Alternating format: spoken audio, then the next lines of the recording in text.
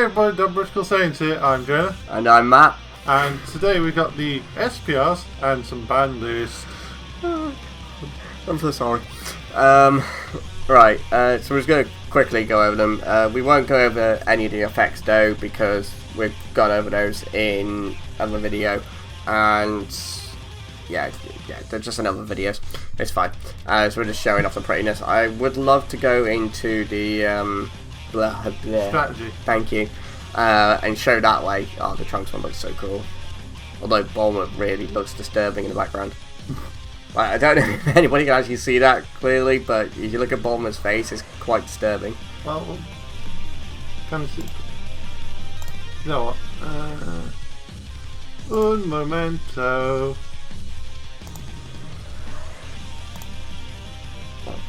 I'm zooming. I'm sorry, I'm trying to be smart here. Okay, it's best I can work out. Okay, there you go. I think they pretty much got the idea. So now obviously we got, on this one we got Raditz, Vegeta, and Nappa.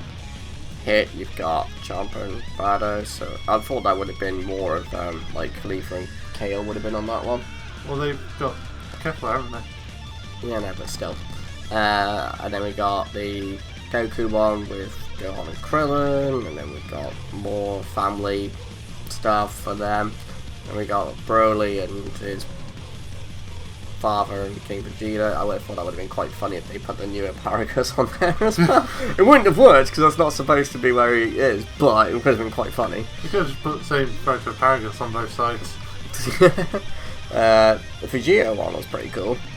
Yeah. And then we got the Kefla one, that's pretty cool as well. There's a Zamasu one, and that's it. Again, they've done really well on the artwork, so the one thing they can seem to do quite well. Although, right, while I go into the other thing as well, I'm going to just, for those of us that are in Europe, they've announced the fact that they've heard our complaints basically in the nicest way possible about the location, and they're looking into an alternative location for the tournament. Yeah, people are not happy with it was announced on the Facebook, so I thought I'd just throw that in there, just like while I was getting to this. Yeah. Plus I don't think Jonah knew, so no. One thing is killed two birds with one stone, as the saying is. Right, so they've announced a ban list today that for us here in Europe, I think they said it goes into effect on the 9th. I think it'll say it towards the bottom anyway. So to start off with, the first ban card is a Battering Laser. Yeah, let's counter those counters. Yeah, so yeah. They've got the three major reasons as well. Okay, so alright, okay, let's go over this one. It's the only counter negation card with an entry cost of 1. It has few restrictions on usage, so it can be included easily in almost any deck. I mean, you have to run yellow. Yeah, and you have to picture yellow. Yeah. Still, it can be quite splashed in anyway. Combining this card with Mirror Creator Absorbed and Further Instruction Champa provides players with overwhelming power for little too. Yeah. So they can just kill their opponent easily without any problems. Finally, in terms of design, it's difficult for us to create playable high-cost counter cards as long as this card exists. Out of those 3 points, I'm going to say the bottom one is the most valid one. Yeah, especially since this set, they've been like, oh yeah, here's a bunch of 2-cost counters. Yeah. They've had to do it, otherwise no one would run, because if you're against a yellow player, it's like, oh, what do you know, Battering? Well, before anybody does say anything, yes, I do realise that all 3 points are very valid, but overall, personal perspective, it's more the fact that they got to look at the game design. Yeah. So that's, that's all it is really at the end of the day. I mean, they could have done this ages ago when Mira was basically doing that with Further Instruction Champa in the first place. Yeah, when people were just running it all the time. So, yeah, they could just, But no, they waited until now. But I agree and disagree at the same time.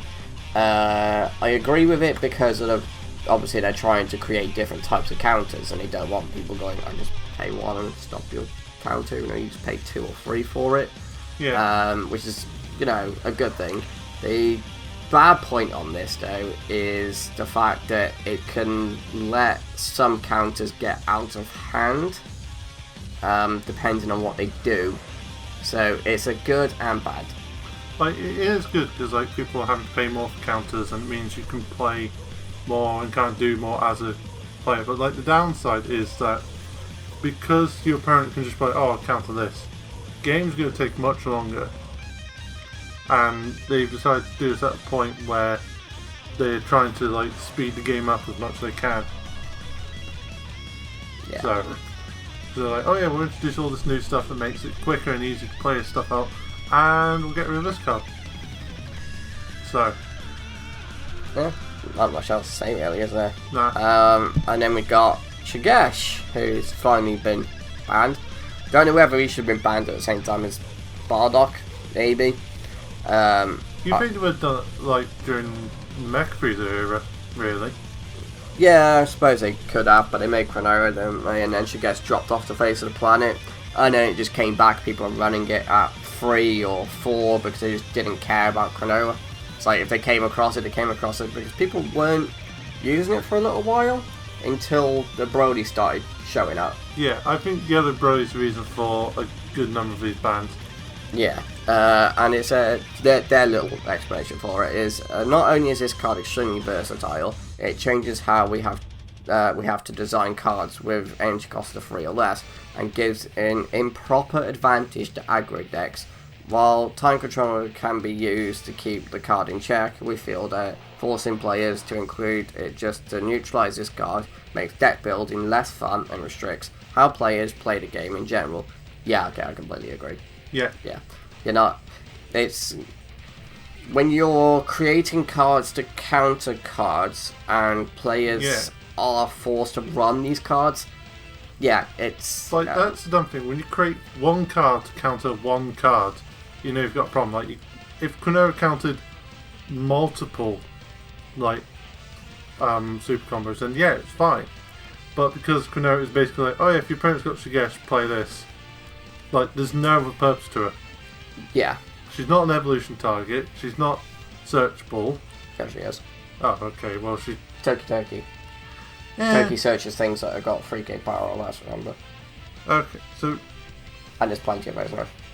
Yeah, okay, so... She is searchable, but But you have to run a small rule package. Yeah, and you have to basically, every time, because let's face it, she's side deck card. Every time you side deck, you gotta be like, how many Chronos do I want? 1, 2, 3...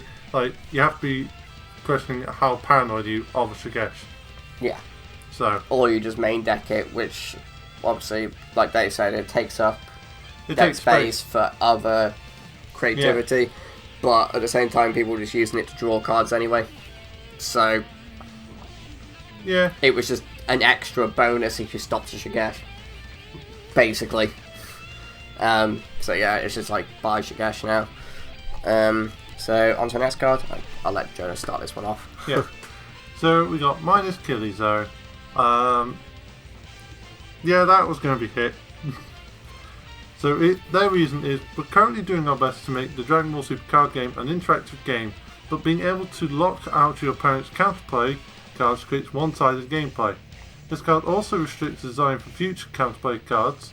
If we design any counterplay cards with a high cost going forward, it may never be used simply because this card exists. So, similar reason to Bad Ring. Yeah, just future game design, really. And also the fact that it made... so the green Broly, the yellow Broly, before they make any of their plays, they just go minus key zone, stop your bloodlust, make my play, kill you. I think... No, Victory Strike didn't need it, did it? Because it can't be countered, it can't do anything anyway, so yeah, that doesn't matter. No, it literally was just Broly just going... Yeah. Well, but in general, anyway, Morris Key Zone is just there to stop Cold Bloodlust. It's just lots of decks, and it's kind of the case of if you're not running Bad Ring, you probably play this. Yes, a lot of decks use sparking, but it's either... 3 cards doesn't make a difference. Yeah, 3 cards doesn't make a difference because it's either a set amount or set cards, and you can pick what you can remove. It's not like top 3 cards of your drop zone. Yeah. So, and you draw a card from it, which means you're gaining hand and you're stopping your opponent from doing anything to you whilst you try and kill them. Not a minus, it's an equal. Because you play a card to draw a card, which balances back out. Yeah. Yes, it deck things because you're drawing a card. It doesn't have an energy cost. I feel like if this card itself had an energy cost, it may not have been banned. I think it may have been restricted in some form of way, but not a flat out ban. I mean, if it had the energy cost. Potentially. I feel like if also you erased it in a way, it could be restricted on who uses it or like what decks use it. But that's where it gets difficult. So yeah, because they still need cards to be versatile. Yeah. So they need to have that. Okay, so on to the... I'm just going to like limited card. Yeah. So Cold Bloodlust been around since the start of the game. Obviously, only works with 3-set army leaders, but because there's so many of those in the game now, this card has just become out of hand. It's so good. Yeah. You can read. Yeah. So the reason they gave is it's one of the strongest counterplay cards, and we find that it restricts card design and space throw, and card design space, and throws off gameplay balance. If we ban Battering Laser and minus Killer Zone, it would become necessary to ban this card as well, since the primary cards that deal with it would be banned. This would also cause decks to be unable to use this card to be considered less powerful. However, since this card requires use of a leader card, there are significantly fewer decks that can use it. We believe limiting Cold Bloodlust to 1 per deck should weaken it to an acceptable level. I agree, but like a lot of the time people just kind of go by a meta, so still really powerful at 1 though. Yeah, because if you've got it early game and you know you're a matchup well enough, you know how to time this. So that's this being at 1 is going to show your skill level as a player. I think that's why it's good at 1, because it's very much dependent on like your skill, your situation, and like your forward thinking. Yeah. How well do you know your matchup? How well do you... Well, like, how well do you know your matchup, your opponent, what they're going to do, what you're able to stop, and what you're able to, like, kind of accept. Yeah. So if your opponent's going to swing at you with triple strike, it's like, okay, can I deal with that? No. Okay, do I bloodlust it then? It is crucial for the timing now, as opposed to where you could run 4 and just be like, yeah, okay, I'll bloodlust 4 things or 3 things if you charge 1. So it just cripples your opponent's plays. And like you said, because they've banned the counters, they need to kind of stop this, because it has just stayed in tournaments and like it's just been there throughout everything. And nothing compares to it really. No, it's because there's nothing in the game that exists like it. Yeah. I'm pretty sure. I think literally it's the only type of its typing. Okay, I forgot that there was an errata as well, guys. So this Paragus is from the anniversary set that we got. So they've basically just added the fact that it's leader card skill, as opposed to just by your skills. But the rest of it is still the same. Yeah. So they just basically restricted it to leader. So your battle area cards can still do. Is it cards in your battle area can't be placed? Yeah. So it's only by the leader, but your battle cards still can affect your battle cards. Yeah. Like that. It stops. It. So Broly, like because it's meant to go with the Broly deck, like Green Broly. It means that your legions have to kill something. Whereas before it was saying you can't blow up anything with any skills, which is bad because if you have something that requires other cards to go to drop, you wouldn't have been able to do that. No. And if was I right on the date?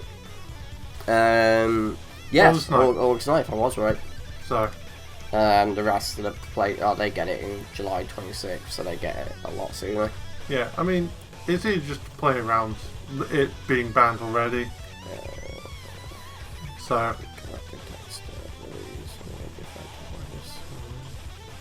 Oh, okay. They're basically saying that France and Italy will have to print correctly with the correct text on it, whereas everybody else has basically got it. Yeah. Remember the errata text. It's fine, whatever. Don't see the card making too much of an impact anyway, personally, but you never know. I might be severely wrong. Not been the first time. So yeah, there you go, guys. So that's all we have to show today. I was kind of hoping to show you the secret rare, because they have on their Facebook posted a link to somebody's YouTube channel where they've sent it to that person for them to reveal, but I was kind of hoping they would have put it on their website by now, but that's not the case, so yeah, that will have to be at a later date, so look out for that.